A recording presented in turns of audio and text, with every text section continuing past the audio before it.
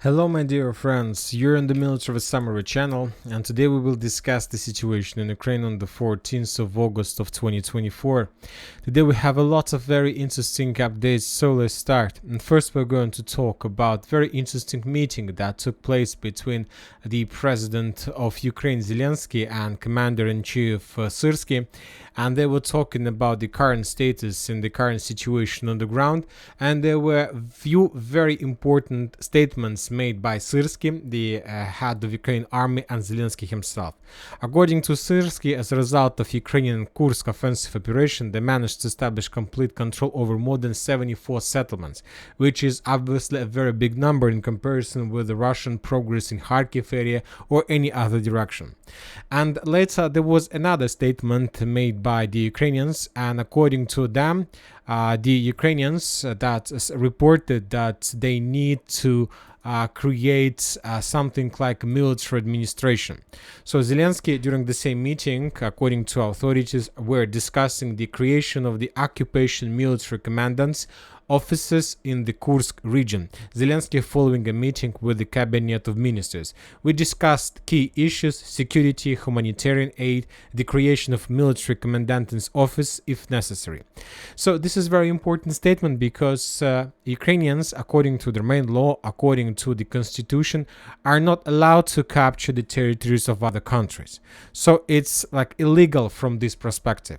Furthermore, according to the constitution of Ukraine, there are several regions that Ukraine consists of. So you can't add additional, because if you want to add additional territories, then you need to change the main law of Ukraine, the constitution.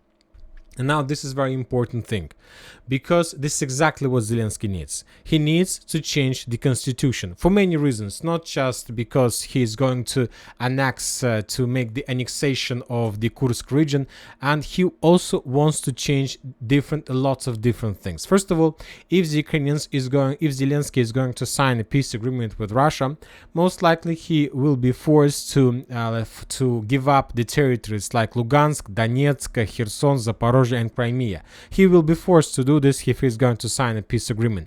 But to do this, first of all, he needs to have permission, or he needs to have some approval from the people, from society. This is the first problem. The second problem is that according to a lot of militaries, according to the world, according to politicals all over the world, including Russia and Western countries, everybody understands that Zelensky is a legal president. And if everybody knows that tomorrow they're going to become the peace negotiations going to start, obviously the rest of the world would ask Zelensky to make a president elections, because everybody needs the legal president of Ukraine to sign the peace papers with Russia. So obviously Zelensky understands that if he runs president elections today, then he will lose this, race, because the Ukrainians would elect someone else. So that's why this is also one of the reasons why why Zelensky started his Kursk offensive operation, because he wants to change the constitution of Ukraine, and obviously during these changes he will make some necessary adoptions, necessary corrections that will allow him to be a president of Ukraine for a very long period of time, and his terms are no longer will depend on the situation in military sphere, whether military martial time, martial law, or something like this. So most likely during the next few months we're going to see this process, the referendum in Ukraine, and most likely the change of the constitution that will allow Zelensky to annex the territory of Russia, for example, and that will fix the problems, the legal problems and legal issues of his present term. Now let's talk about the situation on the ground. Okay, despite the fact that Zelensky is going to make any referendums or changes of the constitution, we understand that most likely Russia will return everything they lost during the Ukrainian greatest Kursk counteroffensive operation. Of course, maybe and most likely every single city and town and village in this area would be reduced by the Russians to ruins, but they will return everything, and then they will build everything from the beginning. Now, before continue, let's talk about the situation on the ground. During the previous 24 hours, according to information we have, the Ukrainians conducted a series of counter-offensive and offensive operations in direction of Snagast. But the Russians managed to bring reinforcements to this area, and most likely the Russians were bringing forces from Korineva through the village of Krasnooktyabrska. When the reinforcements of armed forces of Russian Federation arrived in Snagast, the Ukrainians were forced to fall back towards the village of of Lyubimovka, and the Russians digged in deeper. But the Ukrainians realized that they are no longer able to force the Russians to fall back due to the presence of connection between Koryneva and Snagast itself. So that's why the Ukrainians decide to make another attempt to attack, but as a result of the second attack, the Ukrainians were moving towards the village by the name of Krasnoarmeyski. Krasnooktyabrski. And as a result of the second attack, the Ukrainians managed, according to different mappers and according to different military experts, including pro-Russian Ribber, the Ukrainians managed to cut the railways and to establish control over the road between Krasnooktyabrsk and Snagast itself. So now we don't know for sure whether the Ukrainians managed to block or to ruin the logistic in this area completely, but obviously we understand that the time got more difficult for the Russians in comparison with, let's say, a few days ago. Now let's move further. Let's talk about Koryneva. We have been receiving lots of updates about the clashes in this area for the previous few days, but we didn't have any geolocations that can confirm this. And today we got the first geolocation from the nearest positions. In this video we can see the Russian reconnaissance drone that were flying above the fields and that were filming the edge Ukraine positions right in front of the Koryneva. And in this video we can see the results of Russian most likely FAB strikes or artillery strikes. Anyway, let's take a look at the video from the beginning.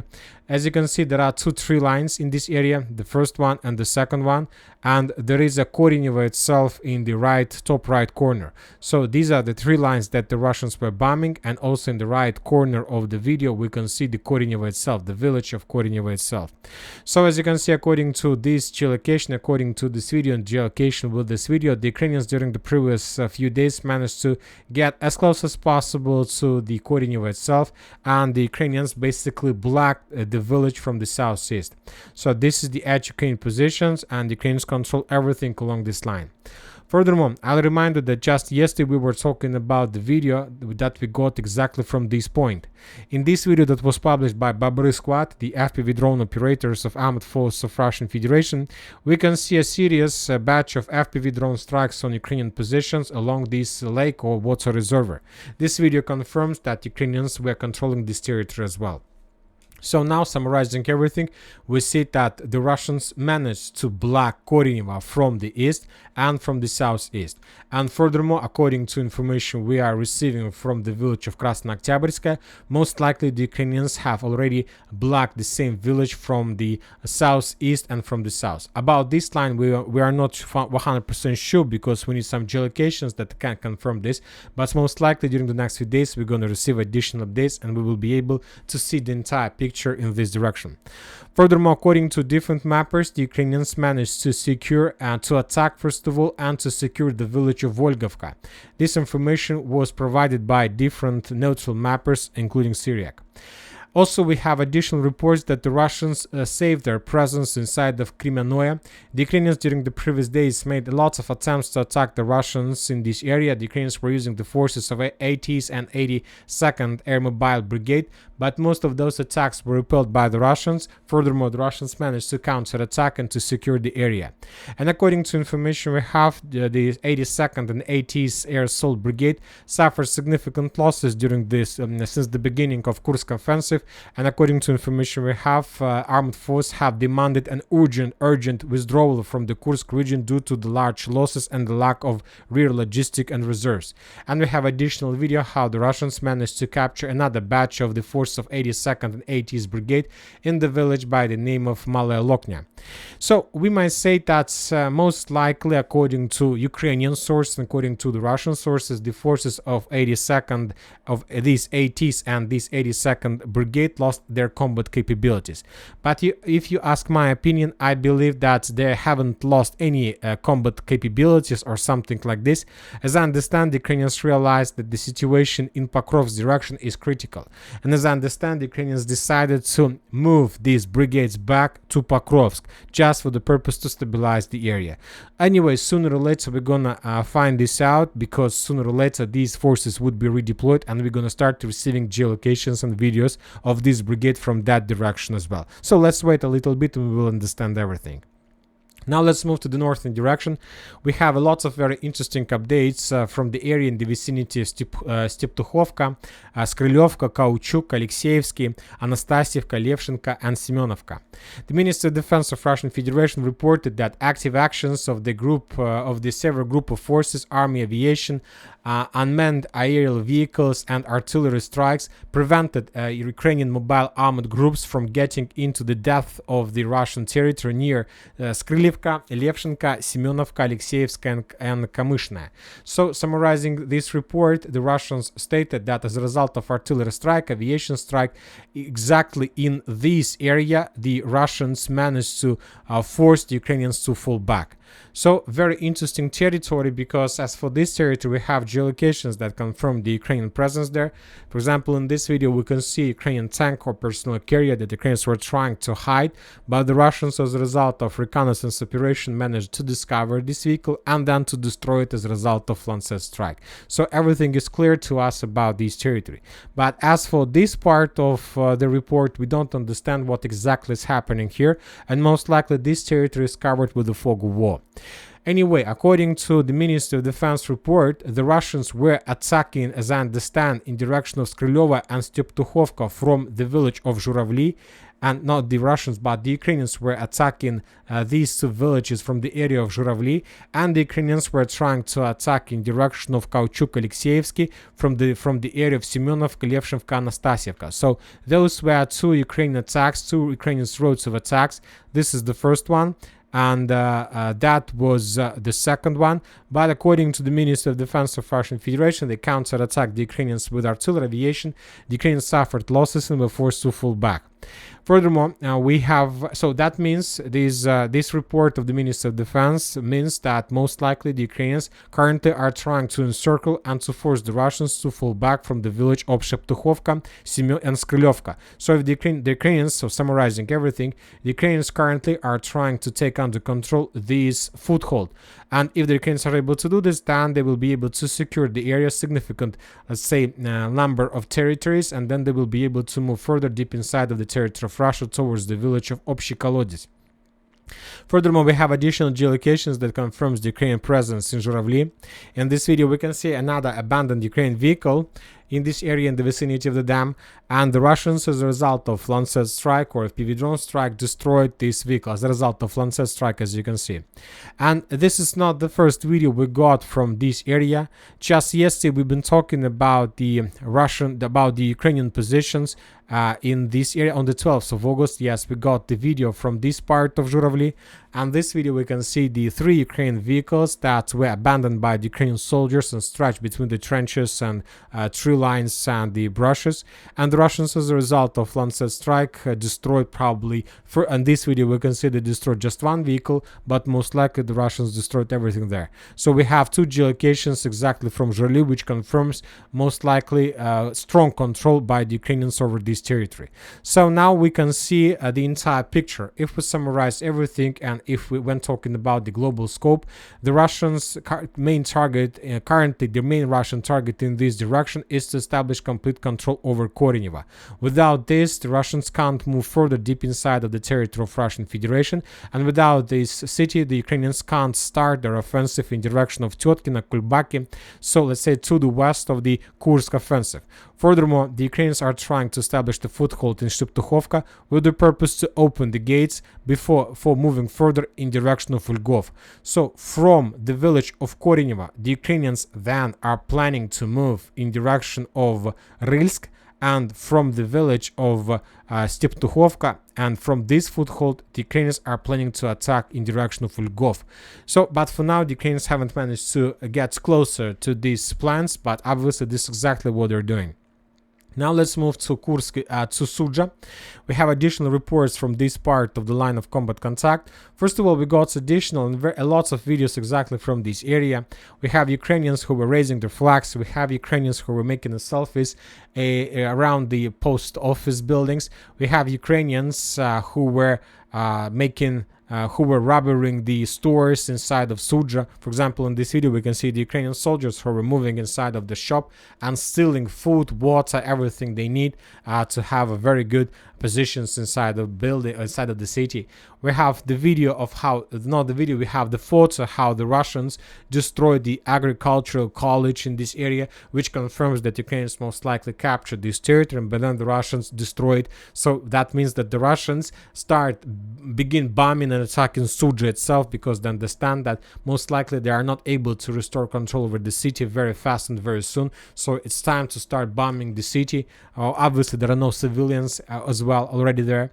We have more videos of how the Ukrainians were raising the flag in the vicinity of different buildings and structures in the central part. And this is, as you can see, real geolocations with real coordinates, which confirms complete control over Zaleshki, Goncharovka and the central part of Sudzha. Furthermore, we have additional updates from different more or less reliable sources that as a result of clashes during the previous 24 hours, the Ukrainians managed to establish complete control over the Sudzha itself, over every single building, over every single construction on the line Sudzha, Mykhailaivka and Martinovka. So this territory was captured by the Ukrainians, and according to Western military experts and Western analytics, the 14th of August of 2024 is official date of the end of the Sudzha battle, because the city was captured by the Ukrainians completely. The Russians were forced to fall back, and according to the pro-Western, pro-Ukrainian military experts, and now the Russians are trying to hold Ukrainian Prussia on the line Pushkarna, Agronom, Bandarivka, Dmitrikov, Kalmakov, and Cherkasska Konopelka. So this is the situation. As for the northern direction, the Russians are trying to slow down the Ukrainians on the line Russkaya Porечная and then Большое Soldatskaya Berikovka. Anyway, currently time plays in Russian favor, because the Russians are bringing more and more reinforcements and reserves, and now we see that Ukrainians are moving slower and slower. And now the Ukrainians need to think and to choose where to attack, because now they don't understand for sure where exactly are the Russian positions and where exactly there are no positions at all. As for the most southeastern direction, during the previous 24 hours, the Russians managed to restore control over the village of Giri. We have lots of videos, lots of geolocations, how the Russian soldiers and personnel were moving through the village and capturing the trophies, Ukrainian vehicles. There were a lot of soldiers. They were describing town hall, the flag. So everything as the Russians love when they show the presence and strong control. And I'm wondering in the morning how to adjust the map, how to color this breakthrough. But during the day we got the video from the Russian side. In this video that was published by a very reliable Russian source, we can see the artillery strikes on Ukrainian positions in the village of Kamishnoye. This video confirms strong control over the breakthrough that the Ukrainians conduct by the breakthrough territory, and we kept this territory as the area in the complete Ukraine control. So most likely the Ukrainians will make more attempts to develop their positions, but for now we're going to keep everything as is. And we have certain geolocations and strong proofs that the Russians also captured Plekhovo. In this video we can see the movements of Ukrainian soldiers along the streets, and that means that Ukrainians, no doubts that this territory is under complete Ukraine control. Now let's move further in the southern direction. We have additional updates from the village by the name of Kolatilovka. As you can see, we have adjusted the map, and the Ukrainians made lots of attempts to capture these positions, armed forces of Russian Federation, during the previous few days. They made lots of attempts to break through the border, but most of the vehicles were destroyed by the Russians, and this is one of the episodes when the Russians destroyed Ukraine vehicle.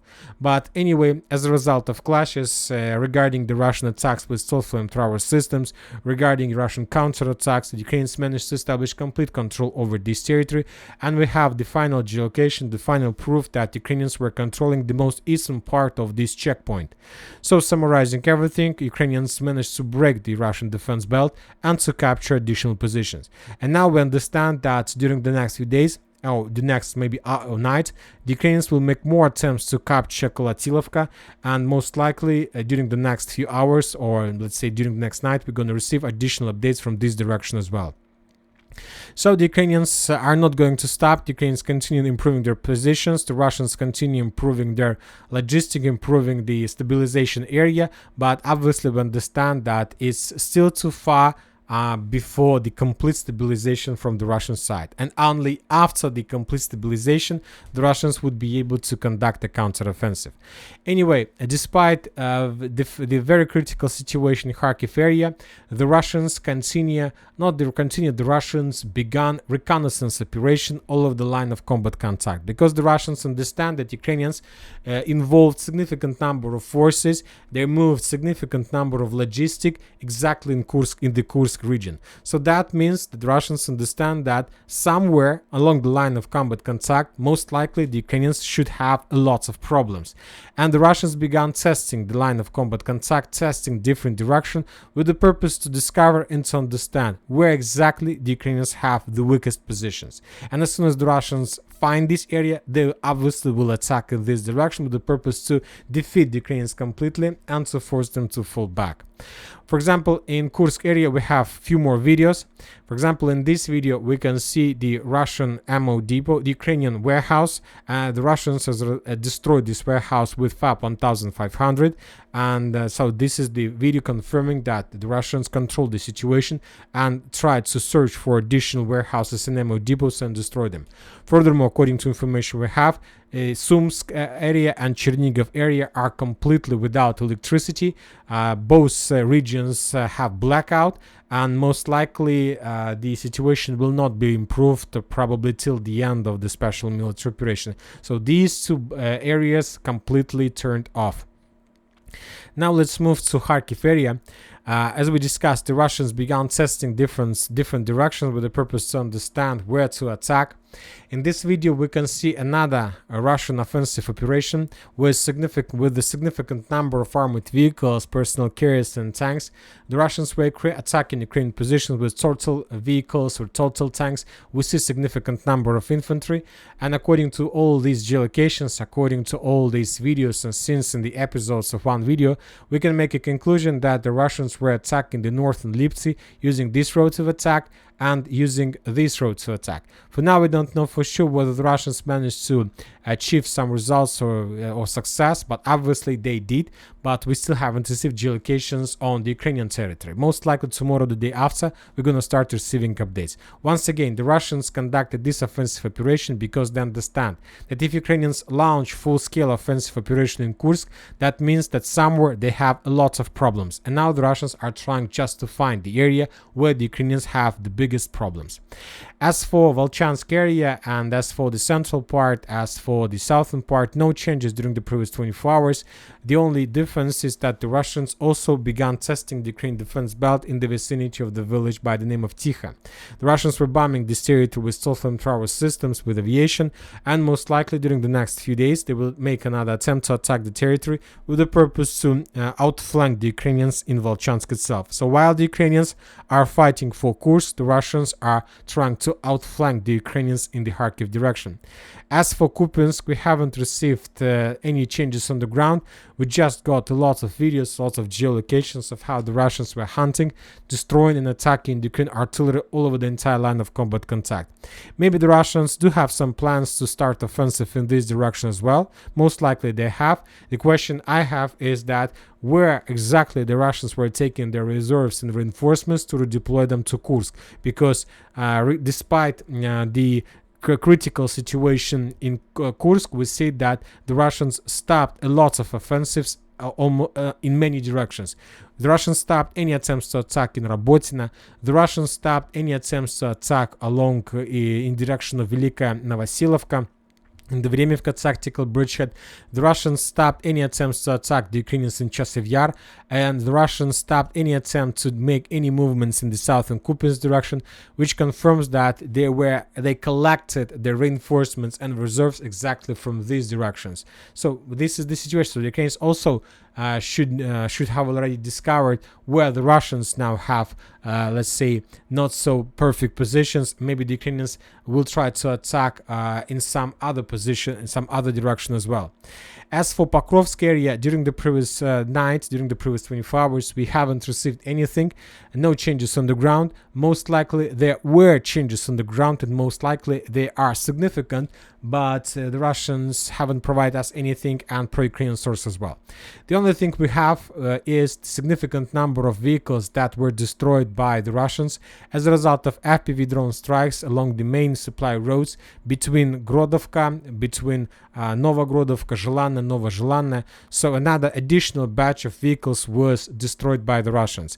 And as you can see, the number of vehicles that the Russians have already destroyed is probably around 100 just in this direction. The Ukrainians suffer significant losses, and I can't say what they are planning to do. How are they going to replace them? Maybe the Western countries will announce about additional military package during the next few days or a few weeks, but it won't help most likely, and it won't replace the losses that Ukrainians have already suffered. Now let's move to the South Donetsk direction, where the Russians are storming Ukrainian positions along TO524 road using both frontline attack. We have some changes on the ground. The Ukrainian sources published the video of how they were repelling another Russian wave of offensive, and the Russians were attacking, let's say, the entire road TO524, starting from Vadiana coal mines and ending in the vicinity of Konstantinovka. Furthermore, according to the statements of the 79th Brigade, there are very heavy clashes already inside of Konstantinovka, and that Ukrainians are moving back towards the village of Katerinovka. Today we got also additional geolocations from the fields, but we haven't received any geolocation that confirms additional progress inside of the village itself. And as we discussed, no changes in Kherson, and there are no changes in Zaporozhye direction. And that's it for today. Military Summary channel reminds we condemn any violence in the world. Thank you for watching. Subscribe to my channel, put your likes to my Patreon, and have a good day. Bye bye.